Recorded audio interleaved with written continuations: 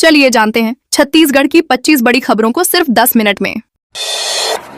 12वीं Hindi paper leak मामले में एनएसयूआई नेता को पेपर देने वाले अरेस्ट। रायपुर कोतवाली पुलिस ने 12वीं बोर्ड परीक्षा के हिंदी पेपर लीक मामले में कार्रवाई तेज करते हुए 2 और आरोपियों को गिरफ्तार किया है। गिरफ्तार आरोपियों में बेमेतरा जिले का एक पीटीआई शिक्षक भी शामिल है। पुलिस के मुताबिक शिक्षक ने कांग्रेस नेता को हाथ से लिखा प्रश्न पत्र उपलब्ध कराया था। आरोपियों की पहचान जवाहर लाल और विकास सेन के रूप में हुई है। दोनों के खिलाफ मामला दर्ज कर पूछताछ की जा रही है। पुलिस अब मामले की कड़ियों को जोड़ते हुए बेमेतरा के केंद्र प्रभारी और एग्जाम कंट्रोलर की भूमिका की भी जांच कर रही है।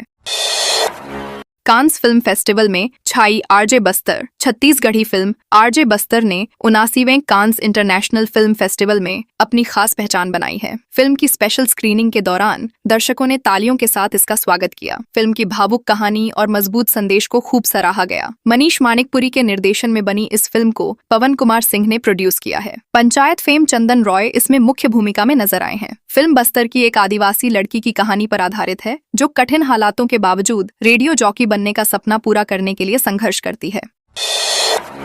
बलौदाबाजार में थोक किराना दुकान और गोदाम में लगी आग। बलौदाबाजार जिले में देर रात थोक किराना व्यवसायी दीपल ट्रेडर्स की दुकान और गोदाम में भीषण आग लग गई। आग इतनी तेजी से फैली कि देखते ही देखते करीब 5 करोड़ रुपए का सामान जलकर राख हो गया। घटना कोतवाली थाना क्षेत्र की बताई जा रही है। बुझाने के लिए दमकल की 5 गाड़ियों को घंटों मशक्कत करनी पड़ी। प्रारंभिक जांच में शॉर्ट सर्किट को आग लगने की वजह माना जा रहा है। घटना के बाद इलाके में अफरा तफरी मच गई। प्रशासन ने नुकसान का आंकलन शुरू कर दिया है और मामले की जांच जारी है।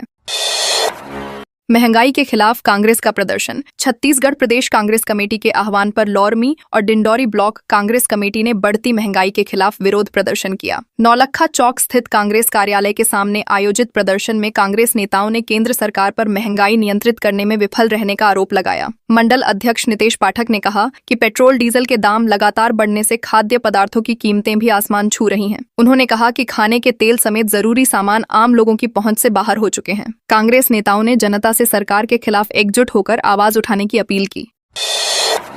लक्की ड्रा के नाम पर 2 लाख की ठगी। बलौदाबाजार जिले के गिधौरी में लक्की ड्रा और सेल प्रमोशन के नाम पर ग्रामीणों से ठगी करने वाले आरोपी को पुलिस ने गिरफ्तार किया है। आरोपी खगेंद्र नाथ साहू ग्रामीणों से हर महीने सदस्यता शुल्क जमा करवाता था और लक्की ड्रा का लालच देता था। शुरुआत में कुछ लोगों को रकम लौटाकर उसने ग्रामीणों का भरोसा जीत लिया। बाद में चूड़ामणि साहू और गीताराम साहू समेत कई लोगों से करीब 2 लाख रुपए जमा करवा लिए, लेकिन न तो ड्रा निकाला और न ही पैसे लौटाए। पुलिस ने आरोपी के खिलाफ धोखाधड़ी का मामला दर्ज कर जांच शुरू कर दी है।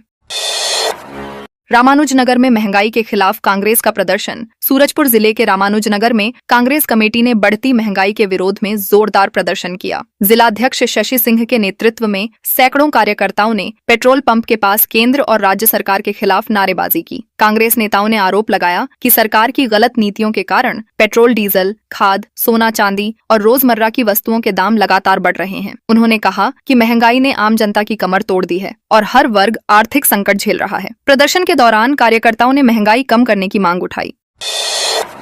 युवक ने दोस्त की पत्नी से किया दुष्कर्म, 2 आरोपी गिरफ्तार। कोरबा जिले के बालको थाना क्षेत्र में पति पत्नी के विवाद का फायदा उठाकर महिला से दुष्कर्म करने का मामला सामने आया है। पीड़िता ने पुलिस को बताया कि पति से विवाद के बाद वह घर छोड़कर चली गई थी। इसी दौरान पति के दोस्त संजय और उसके साथी विजय ने मदद के बहाने उसे अपने साथ रखा। आरोप है कि महिला को शराब पिलाकर उसके साथ दुष्कर्म किया गया। शिकायत मिलने के बाद पुलिस ने मुख्य आरोपी और उसके साथी को गिरफ्तार कर जेल भेज दिया है। मामले की जांच जारी है और पुलिस आरोपियों से पूछताछ कर रही है।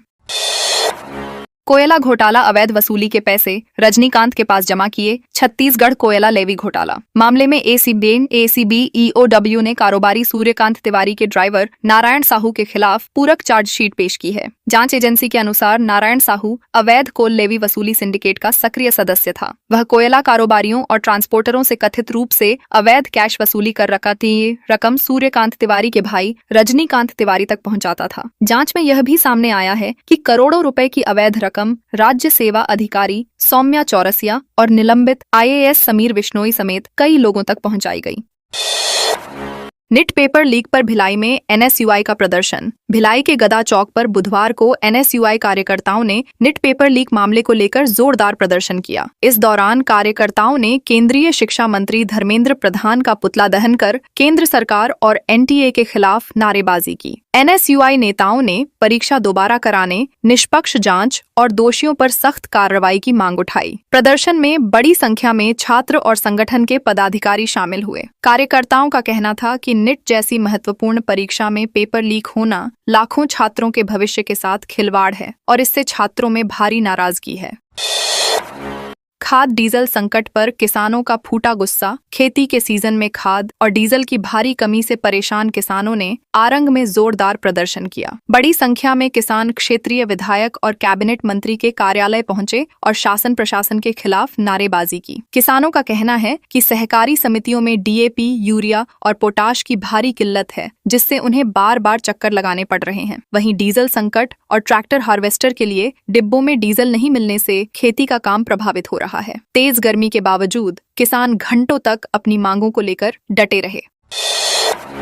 मुंगेली में खाद बीज वितरण को लेकर बड़ी बैठक। मुंगेली जिला कलेक्टोरेट में खरीफ वर्ष 2026 के लिए खाद और बीज वितरण व्यवस्था को लेकर अहम समन्वय बैठक हुई। बैठक में किसानों को समय पर गुणवत्तायुक्त उर्वरक उपलब्ध कराने, वितरण व्यवस्था को पारदर्शी बनाने और कालाबाजारी रोकने पर विस्तार से चर्चा की गई। विधायक पुन्नूलाल मोहल्ले, कलेक्टर कुंदन कुमार, SSP भोजराम पटेल सहित कई अधिकारी, किसान और उर्वरक विक्रेता मौजूद रहे। प्रशासन ने कहा कि किसानों को किसी तरह की परेशानी न हो, इसके लिए लगातार निगरानी रखी जाएगी। साथ ही खाद बीज की उपलब्धता सुनिश्चित करने के निर्देश भी दिए गए।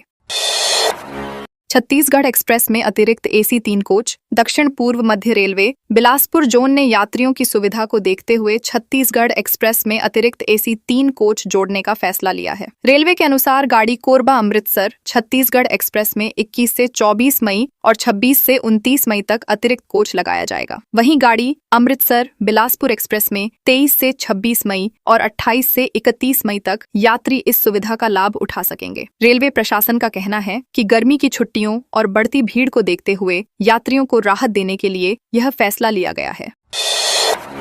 लू और हीट वेव का अलर्ट। स्वास्थ्य विभाग की एडवाइजरी। बिलासपुर में लगातार बढ़ती गर्मी और लू ने लोगों की मुश्किलें बढ़ा दी हैं। बुधवार को तापमान 45 डिग्री सेल्सियस तक पहुंच गया, जिसके बाद स्वास्थ्य विभाग ने एडवाइजरी जारी कर लोगों से सतर्क रहने की अपील की है। विभाग ने कहा है कि अत्यधिक गर्मी के कारण हीट स्ट्रोक और डिहाइड्रेशन का खतरा तेजी से बढ़ रहा है। लोगों को दोपहर में धूप से बचने, ज्यादा पानी पीने और शरीर को हाइड्रेट रखने की सलाह दी गई है। बढ़ती गर्मी का असर जनजीवन पर साफ दिख रहा है और अस्पतालों में मरीजों की संख्या भी बढ़ने लगी है।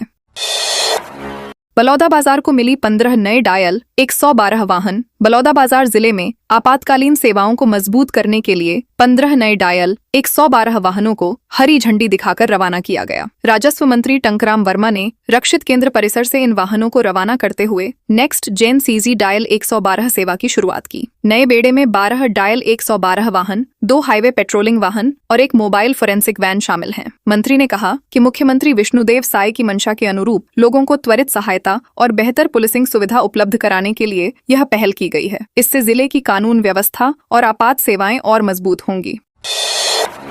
बच्चों में फैल सकता था गंभीर बैक्टीरियल इन्फेक्शन। सरकारी अस्पतालों में नवजात बच्चों के लिए भेजी गई ओरल पोलियो वैक्सीन की खेप में बड़ी गड़बड़ी सामने आई है। कई जिलों में वैक्सीन की कांच की शीशियां अंदर से टूटी और चटकी हुई मिली, जिससे स्वास्थ्य विभाग में हड़कंप मच गया। अधिकारियों के अनुसार कोल्ड सेंटरों में तापमान 0 डिग्री से नीचे जाने के कारण यह स्थिति बनी हो सकती है। मामले की गंभीरता को देखते हुए रायपुर मुख्यालय से निर्देश जारी किए गए हैं कि टूटी हुई वायल्स का इस्तेमाल न किया जाए और उन्हें बायोमेडिकल वेस्ट नियमों के तहत तुरंत नष्ट किया जाए, ताकि बच्चों की सुरक्षा बनी रहे।